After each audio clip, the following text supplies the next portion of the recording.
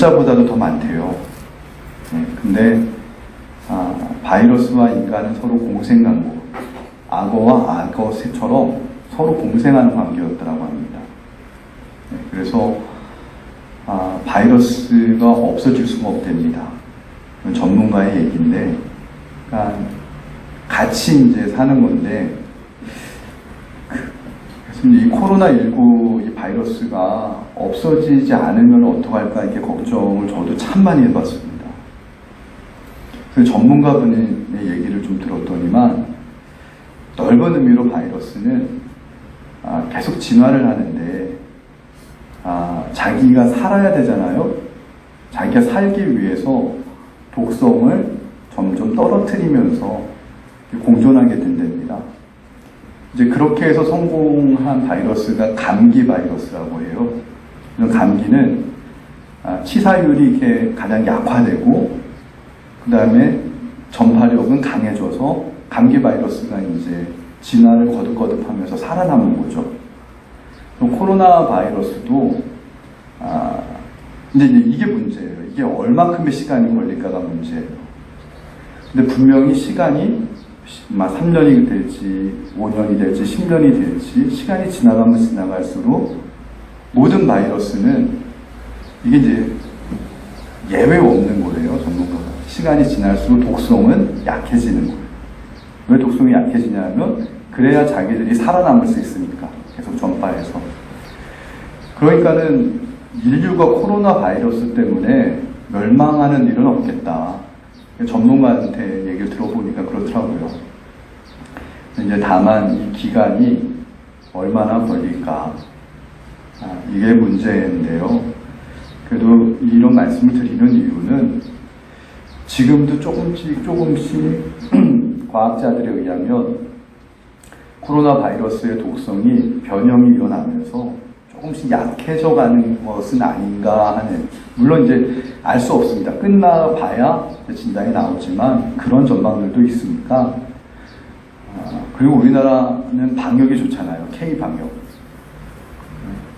사망자가 200명 정도밖에 안 나오는 거는 이미 과학자들한테는요, 흥미를 잃은 집단이래요. 방역이 너무 잘 돼가지고. 예. 백신이나 치료제를 만들려고 해도, 임상실험을 하려고 해도 우리나라는 워낙 방역을 잘해서 외국에 가서 해야 된다잖아요. 코로나 바이러스에 걸린 사람이 최소 몇천 명 정도는 돼야 임상실험을 하는데, 이 말은 희망을 갖자. 코로나 바이러스가 있어도 그렇게 우리의 생명을 위협할 정도는 아니다. 우리나라 시스템을 여러분 믿으시고요. 요즘 약간 느슨해졌다고 하지만 여러분 희망을 가지시라고 이런 말씀도 드리는 겁니다. 여러분 분위기가 좀 썰렁하네요. 네. 아무래도 어제 저도 놀랐습니다. 광주에 드디어 올 곳이 왔구나. 이번 한 주가 아마 광주도 어떻게 될지 좀 모르겠는데, 이럴 때 한 주 동안 조금 더 주의를 기울이고 조심하면 좋을 것 같습니다. 자, 이제 말씀을 우리가 좀 나눠보죠. 오늘 모세에 대한 말씀인데, 이제 아브라함, 이삭, 야곱, 요셉까지 저희가 다뤘습니다. 아브라함, 이삭, 야곱, 요셉. 이 분들은요, 족장 시대로 구분을 합니다. 그리고 모세부터는 족장 시대가 아닌 새로운 세대로 들어가는 거예요. 그러면 이게 어떤 차이가 있을까요? 제가 힌트부터 말씀드리면요, 모세 때부터 이스라엘이라고 하는 민족이라고 하는 개념이 처음으로 정립되는 것이죠.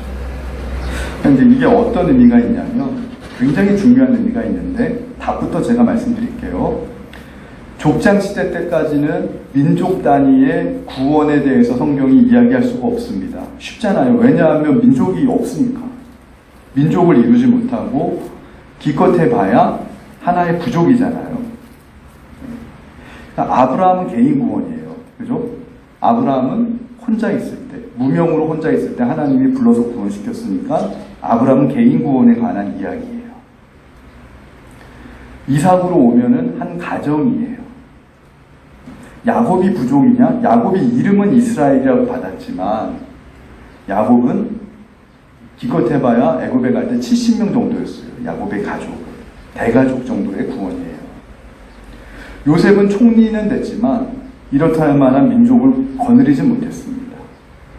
근데 애굽에서 한 400년 정도 이스라엘 백성들이 고통받으면서 고통은 받았지만 이스라엘 백성들이 참 강인한 생존력을 가져서 애굽 사람들이 볼 때 자신들을 위협할 만큼 수가 늘었다 그랬어요. 장정만 200만 명이니까 그때는 애를 많이 낳아서 5인씩만 잡아도요.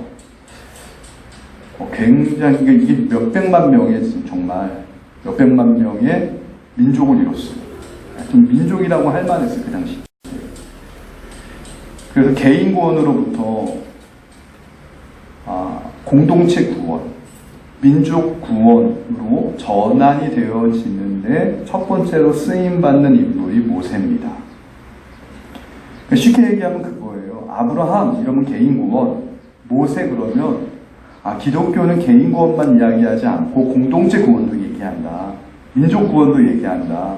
그 근거가 무엇이냐? 모세다. 이게 굉장히 어려운 얘기인데 제가 쉽게 했는데 이해는 되시죠? 네. 그러니까 교회들 보면은요, 막 민족의 구원을 막 허락해 달라고 막 기도하는 교회들이 있어요. 제가 알기로도 이동원 목사님 지금 은퇴하셨지만 물론 대형 교회에 대해서 그렇지라고 하지만 뭐 교회가 대형 교회건 작은 교회건 상관없이 사실은 하나님이 교회에게 주신 사명 가운데 하나가 무엇이냐면 개인 구원만 위해서 노력하는 곳이 아니라 민족 구원을 위해서도 애쓰고 기도하고 땀 흘리는 곳이 교회라는 것이에요. 그거의 근거가 모세라는 것입니다.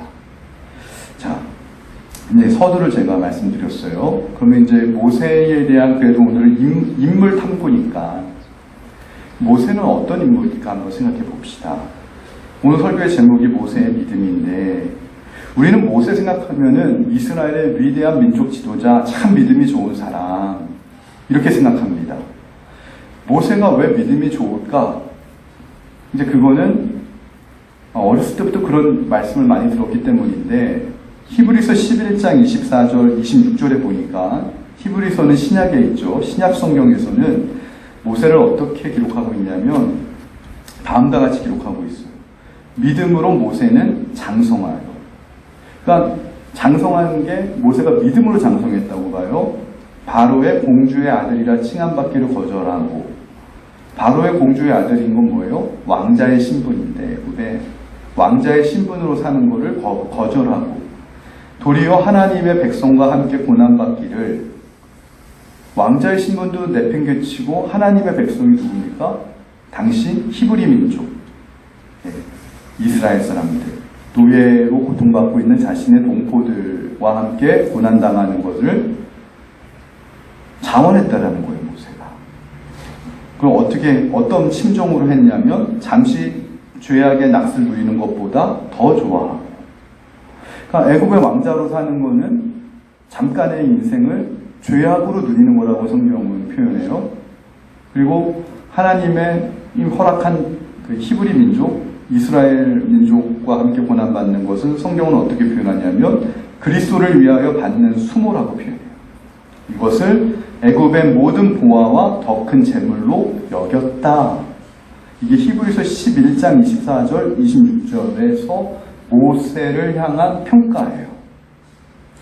그래서 모세는 믿음으로 장성했고 정말 대단한 믿음의 소유자구나. 우린 이렇게 생각하기가 쉽습니다. 근데 제가 출애굽기를 이렇게 읽으니까 히브리서는 거꾸로 이렇게 모세를 조명한 것이고요.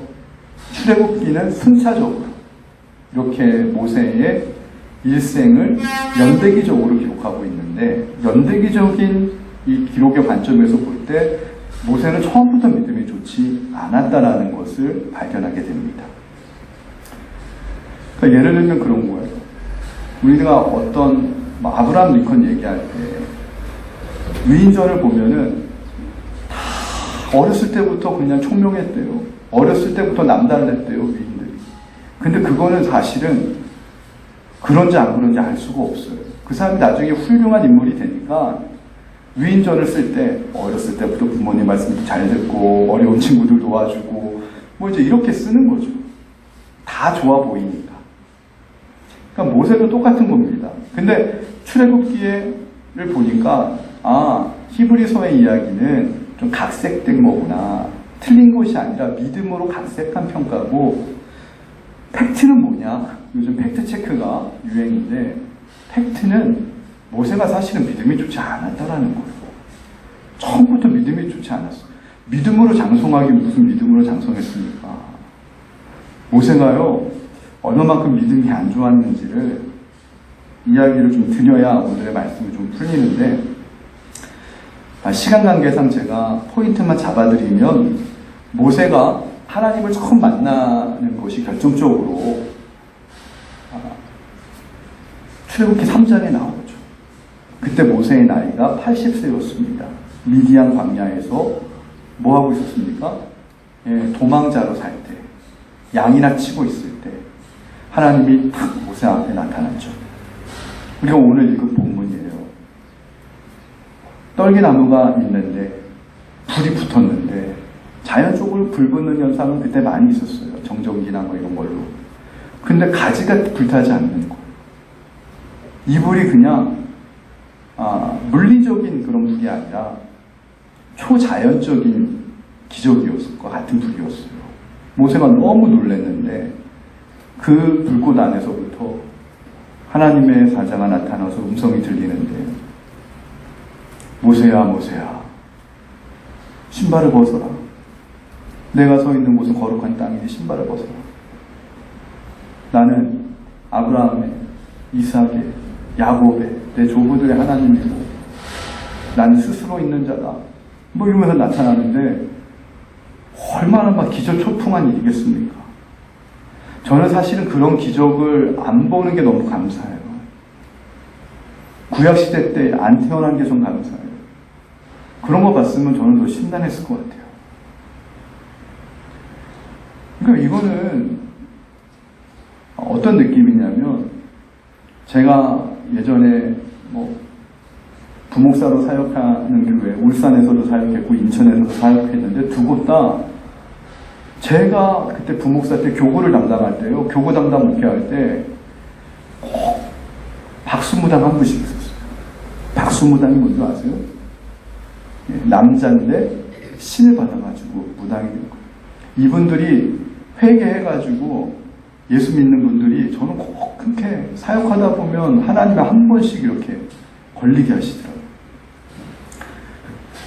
근데 이분들 신 받고 이제 있다가 하여튼 복음을 듣고 다시 이렇게 개종할 때 굉장히 힘듭니다. 이분들이 새벽기도 더 나와요. 더 열심히. 왜냐하면 악령이 이들을 계속 붙잡으니까. 그러면 이제 교구 담당 목사 하는 일이 새벽기도 끝나고 나면 항상 와서 기도해달라고 그래요, 저한테. 막 기도할 때 보면 가끔씩 정말 검은 연기 같은 게 막 나는 것 같기도 하고요. 저도 기도하다 보면 어쩔 때는 제 마음도 막 그 어둠이 막 오는 것 같기도 하고, 뭔가 두렵기도 하고, 저도 막 믿음으로 막 위에서 막 기도해주고. 근데 신기한 거는 1년, 2년씩 그렇게 꼭 이렇게 열심히 그들이 신앙생활하고 함께 기도하고 하다 보면은 영이 맑아집니다. 할렐루야. 저는 하나님이 그렇게 하여튼가 저도 그런 훈련을 많이 시켰어요. 제가 믿음이 좋다는 얘기가 아니라 하나님 그런 경험을 많이 시키셨는데, 그런 거를 보면서 저는, 야, 이게 신받은 사람들이 엄청 힘들구나. 거부를 못하는 거예요. 무당도 우리가 볼 때는 하나의 귀신 중에 하나의 영을 받는 건데도, 작은 귀신의 영 하나도 그것도 신이라고 하나 받으면은 떨쳐내는 게 그렇게 힘든 거예요.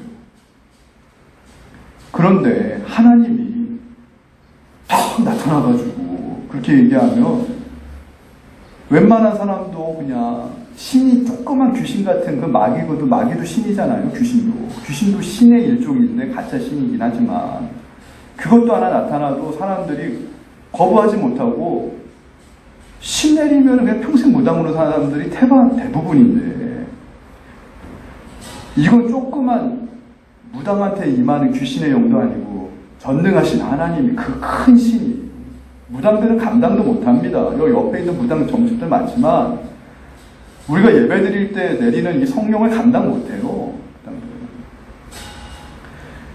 딱 모세 앞에 나타나가지고 그렇게 신 내린 것 같이 역사하고 막 음성을 들려주면 무서워서 어떻게 거부합니까? 아브라함이 여러분 처음부터 하나님이 불렀을 때 아브라함이 왜 제가 갈게요 이렇게 했냐면 무당들이 있잖아요. 제가 물어봐요. 왜 신 받았냐 그러면 그 신을 받지 않으면 자기가 죽을 것 같다라는 거예요. 저는 무당분들이랑 친한 게 제가 초등학교 때 제 친한 친구 중에 한 명이 엄마가 무당이었어요. 엄마가. 그래서 그 친구 집에 놀러 가면은요 저를 꼭 어디다 재우는 줄 아세요? 그 집이 가정집 안에 사당이라고 하잖아요. 그 신. 그 막 우상단지 막 신상 막 그 있는 데 있잖아요. 거기다가 꼭 재워. 자기 친구 아들을.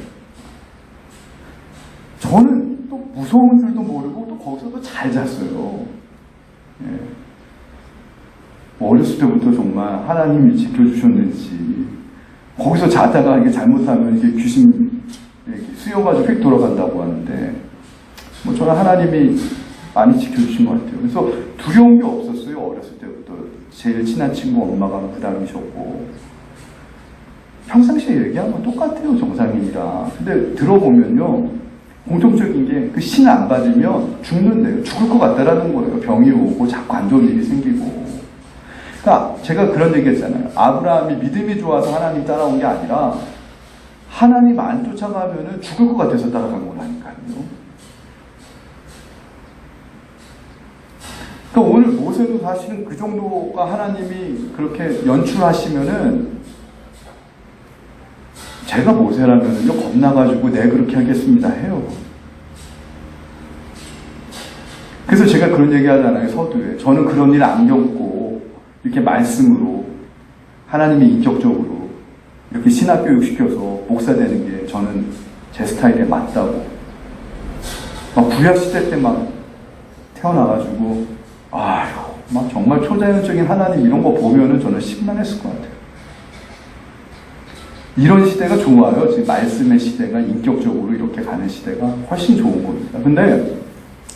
근데 모세가 오늘 보면은 믿음이 안 좋았어요. 왜냐하면 하나님 앞에 완강하게 버텼습니다.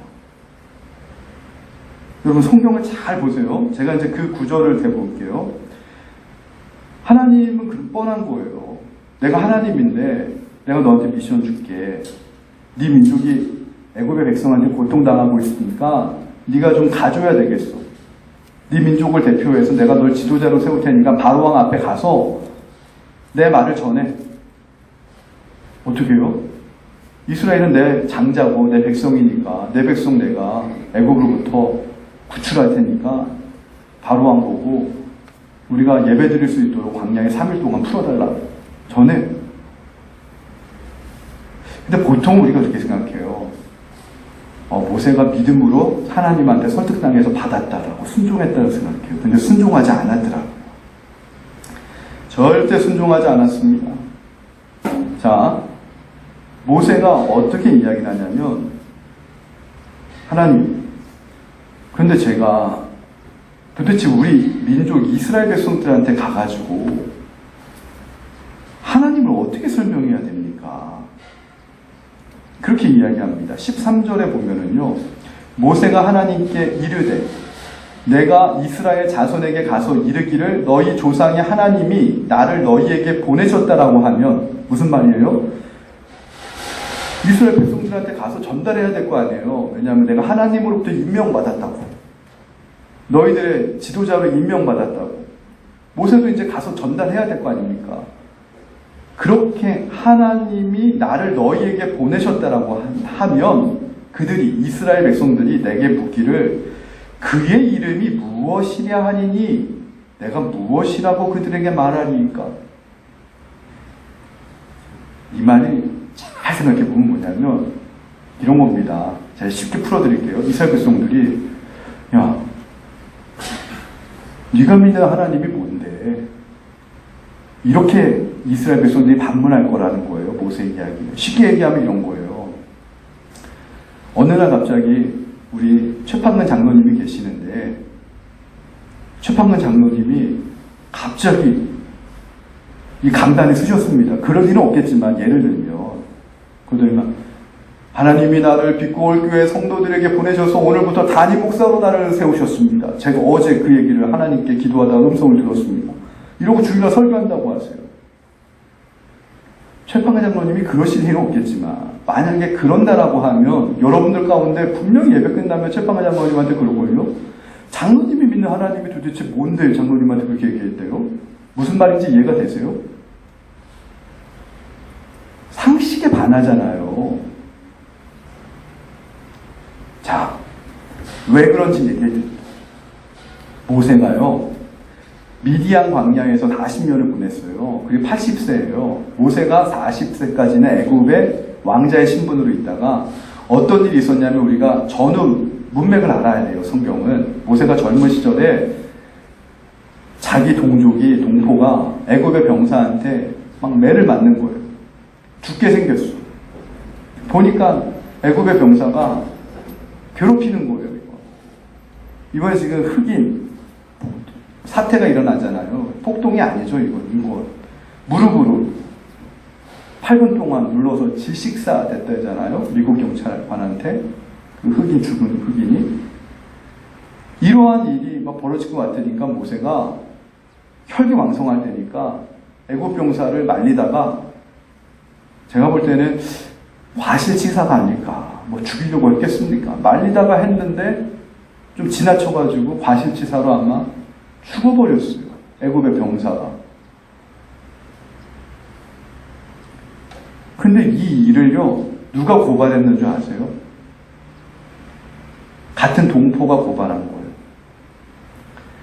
모세는 자기가 의로운 일을 했다고 생각했고, 자기가 구해준 그 이스라엘 동포가 입만 닫으면 끝나는 거잖아요. 완전 범죄인데, 어느 날 이스라엘 백성들이 서로 막 시비를 다투니까 모세가 가가지고 너네 이렇게 하지 마라. 동포들끼리 잘 지내야 되지 않냐 그러니까 이스라엘 동포들이 네가 뭔데 우리한테 와서 참견하고 얘기하냐고 그러면서 밀고를 한 거예요. 모세가 잘난 체 했다고 괘씸죄에 빠진 것 같아요. 그래서 이스라엘 백성들 안에서도 뭐 여러 가지 파들이 있지 않았겠어요. 그러면서 야, 모세는 애굽의 왕자로 이렇게 교육받고 살았는데 핏줄이 히브리 사람이라 얘기해도 모세를 어떻게 믿냐, 뭐 이런 사람들이 있었겠죠. 이스라엘 내부에서 밀고를 당해서 동족한테 배신을 당해가지고요, 왕자 신분도 박탈당하고 모세의 형이 왕이 됐는데 람세스라고 그 소설 읽어보면 모세를 죽이려고 날뛰는 거죠. 평소에 라이벌 관계였는데 모세가 황급히 도망간 게 피난간 게 미디안 광야입니다. 그리고 40년 동안 이름 없는 무명의 사람으로 보내요. 한많은 인생이에요, 모세가. 오늘 하나님께 모세가 따지는 얘기가 뭐냐면 이런 얘기입니다. 하나님, 나타나셨으면 진작에 나타나셨어야죠. 내가 힘있고 그리고 내가 능력 있을 때, 내가 민족을 위해서 아주 의로운 분기탱천할 때, 그때 하나님 뭐하고 계셨냐고. 그때 하나님 나 왜 안 도와주셨냐고. 하나님이 나타나셔서 민족을 위해 나를 부르시려면 진작 나타나셨어야지. 40년이나 지나고 이제서야 내가 다 망하고 힘 떨어지고 초라 늙은이가 됐는데, 쉽게 얘기하면 지금 장난하시는 거냐고 하나님한테 모세는요 대들고 있는 겁니다. 오늘 이 본문을 잘 읽어보세요. 제 설명을 듣고 오늘 본문을 다시 찬찬히 읽으면 성경이 확 열립니다. 모세가 버티고 있어요. 그래서 이례적으로 하나님이 모세를 굉장히 설득합니다. 이게 3장뿐만이 아니라 4장까지 하나님이 모세를 설득하는 지면이 할애가 돼요. 굉장히 오랫동안 하나님이 모세와 변론해요. 설득하는데 모세가요, 설득 안 당해요. 상처가 너무 많이 남아가지고.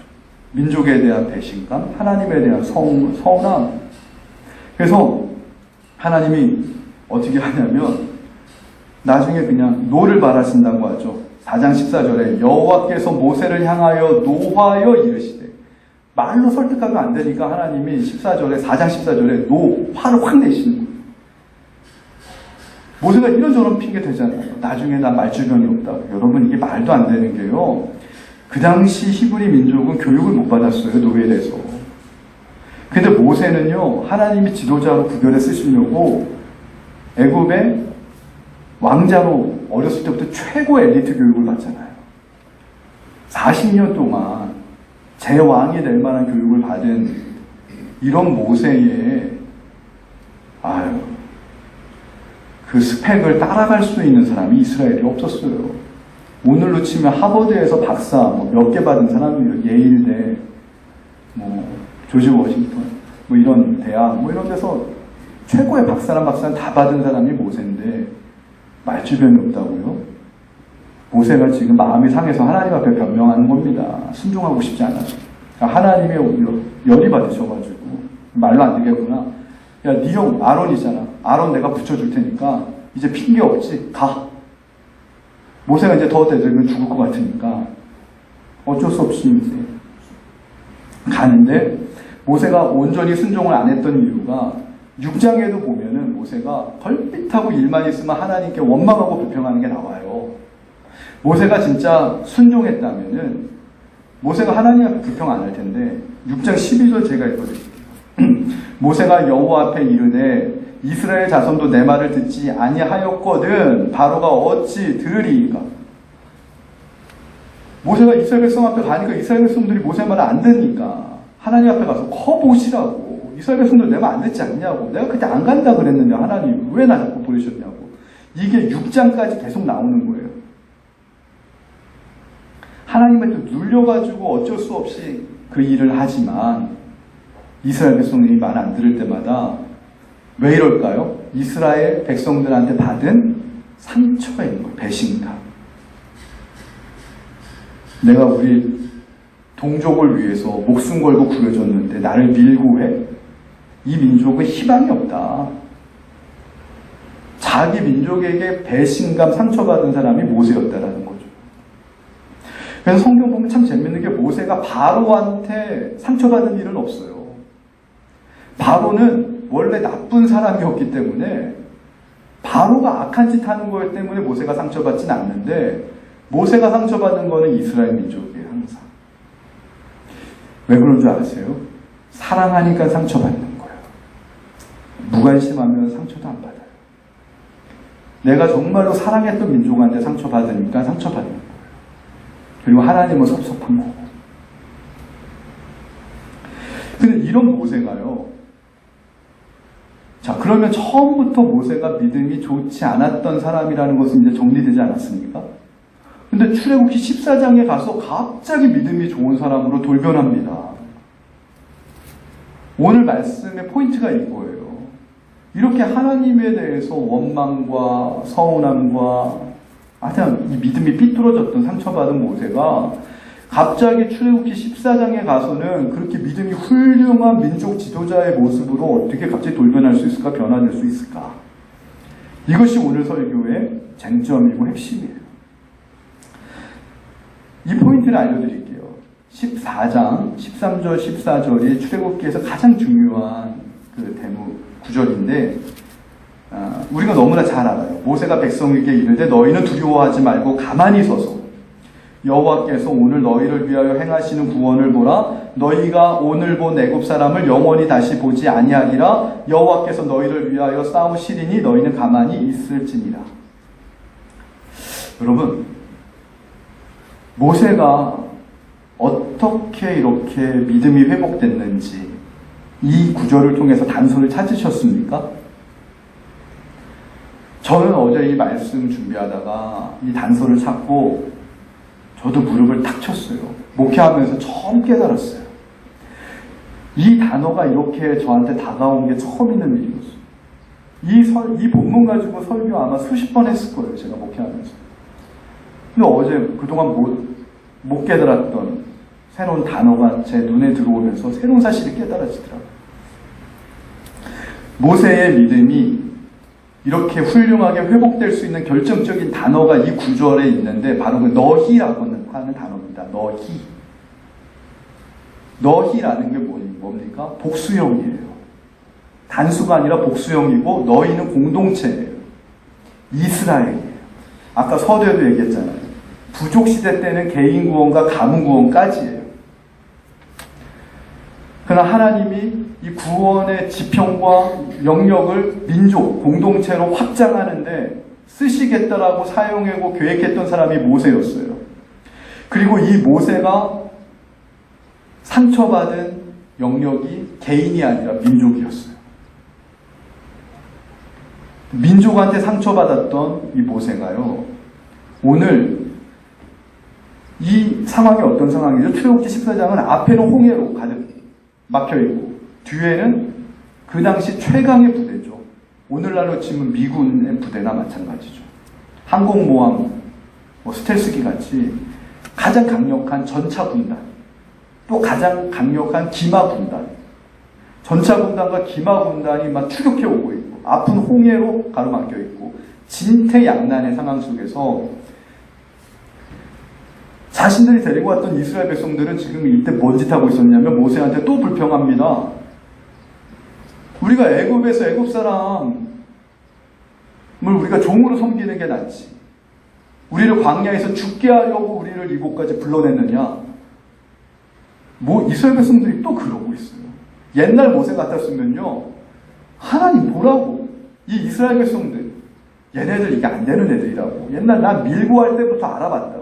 이 민족성 자체가 글러먹었다고. 이 희망이 없다고. 이래야 정상 아닙니까? 그런데 이 모세가 출애굽기 14장에 와서 고백하는 내용이 뭐냐면, 나 같으면 그럴 것 같아요. 하나님, 이 민족은 이제 글렀으니까 나를 구원해달라고. 나는 하나님 그래도 충성했으니까 나라도 구원해달라고. 나를 위해서 홍해를 열어달라고. 이렇게 해야 정상일 텐데, 오늘 모세는 자기 구원을 위해서 하나님한테 빌지 않고요, 너희라고 하는 단어가 5번 나와요. 13절, 14절, 이 짧은 두 구절 안에. 이스라엘 백성들의 구원을 위해서, 이스라엘 백성들을 위해서 하나님 그들을 위해서 구원해달라고. 구원을 오늘 행하실 거라고. 이 말은 모세가 완전히 회복됐다라는 거예요. 이스라엘 백성들로 받은 상처가 완전히 회복됐다라는 거예요. 이게 어떻게 가능한 걸까? 근데 제가 생각해 보니까 사람은요, 참 신기해요. 하나님은 상처를 상처로 치유하세요. 할렐루야. 상처를 상처로 치유하세요. 그래서 원수를 용서하는 방법 중에 최고는 뭔 줄 아세요? 원수를 위해서 기도하라는 거예요, 예수님이. 저를요, 잡아먹으려고 했던 원수가 있었는데, 이 원수가 이 절벽에 있잖아요. 발을 헛디뎌가지고 절벽에 떨어져가지고 대롱대롱 매달리고 있다고 칩시다. 상상해보세요. 원수가 대롱대롱 매달려 있어요, 절벽에. 그리고 여러분밖에 없어요. 평소에 여러분을 굉장히 괴롭혔던 원수예요. 그럼 아무도 없어요. 자, 그럼 1번. 여러분 어떻게 하실까요? 1번. 살짝 발로 손을 살짝 지려 밟아가지고 떨어뜨린다. 2번. 원수를 살리기 위해서, 원수라도 생명은 귀하니까 손을 잡고 내가 구해낸다. 여러분 몇 번 할 것일 것 같아요? 손 들지 마세요. 마음속으로만. 언제 원수에 대한 상처 치유는요, 원수를 구할 때. 사람은 신기해요. 그래서 우리가 늘 하는 얘기가 뭔지 아세요? 애들 키우다 힘들면 그래요. 너도 애 키워보라고. 나중에 너같이 똑같은 같은 애 낳아서 한번 키워보라고. 부모 신청할 거라고. 근데요, 진짜 어버이 주일 때 어버이 설교 옛날에 할 때 저는 어버이 설교 잘 못하는 게 아직 나이가 깊지 않으니까 잘 안 하는데 이제 부목사 때 우리 김정 감독님 아시잖아요.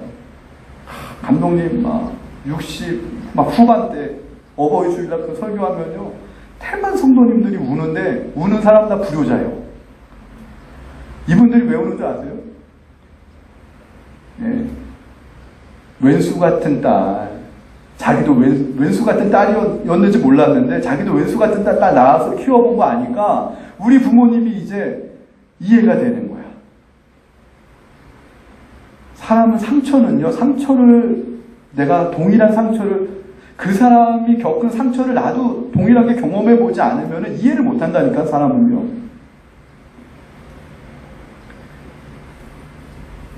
제가 하나 선언할 게 있는데요. 지난주에 우리 집에 놀라운 일이 생겼습니다. 자녀를 이기는 부모가 없다는 것을 제가 경험을 했어요. 지난주에 유기견 하나를 우리가 입양을 했는데요. 장모 치아와라고. 걔는 목회할 동안 절대 허락 안 된다 했는데 저희 딸이 7년 동안 투쟁해가지고 7년을 투쟁했어요. 제가 처음 하는 얘기지만 개 한 마리 키우게 해달라고. 7년 동안 저희가 허락을 안 했는데 7년 만에 무너지는 사건이 일어났습니다. 이러다가 애 성품 하나 사춘기 때 삐뚤어질 것 같아서 마음의 심적 위안을 갖기 위해 그래도 목사가 입양을 못하면 사람을 입양을 못하면 개라도 입양하자. 그래서 유기견을 키우는 것도 좋은 일이라 생각해서 유기견 하나를 입양을 했어요. 그래서 지금 우리 집안이 지금 난리입니다. 저희 아내는 개털 알레르기가 있어가지고요. 쉽지 않은데 제가 보면서 자식 이기는 부모 없구나. 우리 애들은 너무 행복해요. 막 난리가 났어요. 예. 근데 그거 보면서 이 애가 분리불안이 있어서 주인한테 버림받았던 애니까 걔가 막 상처받는 모습이 보이거든요. 그거 볼 때마다 그래요. 하나님도 이렇게 유기견과 같은 우리 인생을 이 상처를 치유하시기 위해서 하나밖에 없는 예수 그리스도를 상처로 내어주시는 십자가예요. 하나님 입장에서 얼마나 상처되셨겠어요. 또 우리의 상처는 또 하나님의 상처를 통해서 예수 그리스도의 희생을 통해서 치유받는 거예요. 오늘 모세가요. 끝나고 보니까 말씀 정리해야 되는데 모세는 자기의 힘으로는요. 옛날에 그랬어요. 내가 힘 있을 때, 내가 애굽 왕자였을 때, 내가 지혜로웠을 때, 그때 내가 민족을 위해서 일했으면 멋들어지게 할 수 있을 텐데 생각했을 텐데 그게 좌초됐을 때 원망이 생겼는데 모세가 이렇게 10가지 재앙을 통해 가지고 장자의 죽음까지 거치면서 정말 이스라엘 백성이 출애굽되어지는 걸 보면서 모세가 깨달은 게 있었어요. 40대 때 내가 우리 민족을 출애굽시킨다고 했었으면 아마 나 죽었을 거다. 실패했을 거다. 근데 하나님이 하시니까 이렇게 되네. 내가 계획했던 것보다 내 힘으로 하려고 했던 것보다 하나님이 하시니까는 되네. 저 강박한 바로왕이 깜짝 놀래가지고 장자의 죽음이 오니까 가라고. 우리 장자 다 죽게 생겼으니까 너네 빨리 가라. 그냥 가는 것도 아니고 은근 폐물 가축 다 안겨줘서 두 손 그냥 두툼하게 해서 막 챙겨가지고 막 보내는 거 보면서 모세가 내가 주인공이 되면 실패하는데 하나님이 주인공이 되고 나는 조연이 돼서 이 역사 대하 드라마를 완성하시려고 하는 하나님의 깊은 뜻이 있었구나 하는 것을 그제서 깨달은 거죠. 내가 주인공이 아니라 하나님의 주인공이 되어야 이 일이 가능하구나. 그리고요, 정말 하나님의 또 배려가 뭔지 아세요?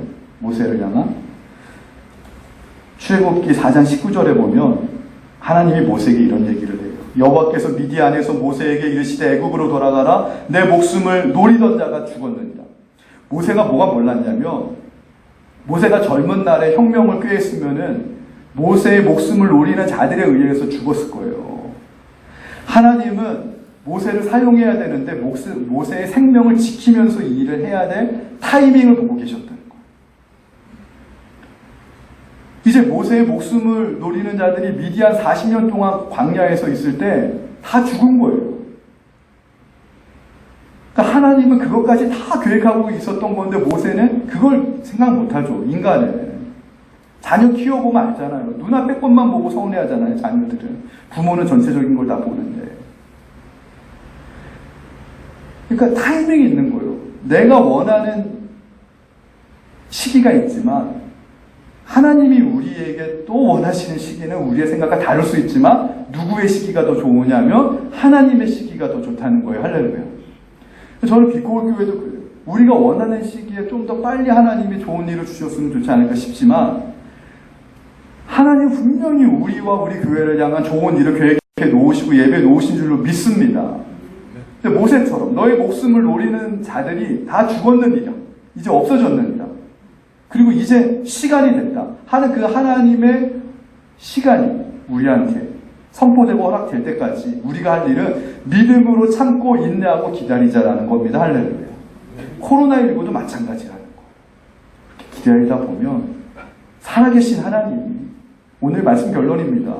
모세같이 강팍했던 사람도 하나님 앞에 그렇게 뻗팅기던 완고했던 사람도 그렇게 출애굽기 14장에 훌륭한 믿음의 사람으로 변화시킬 수 있는 하나님이라면 저와 여러분의 삶도 왜 못 변화시키겠느냐?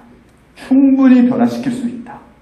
이 하나님을 믿고 우리가 매주 이 예배를 귀하게 드리면서 우리의 믿음을 키워가는 저와 여러분이 되시기를 주님의 이름으로 축원을 드립니다.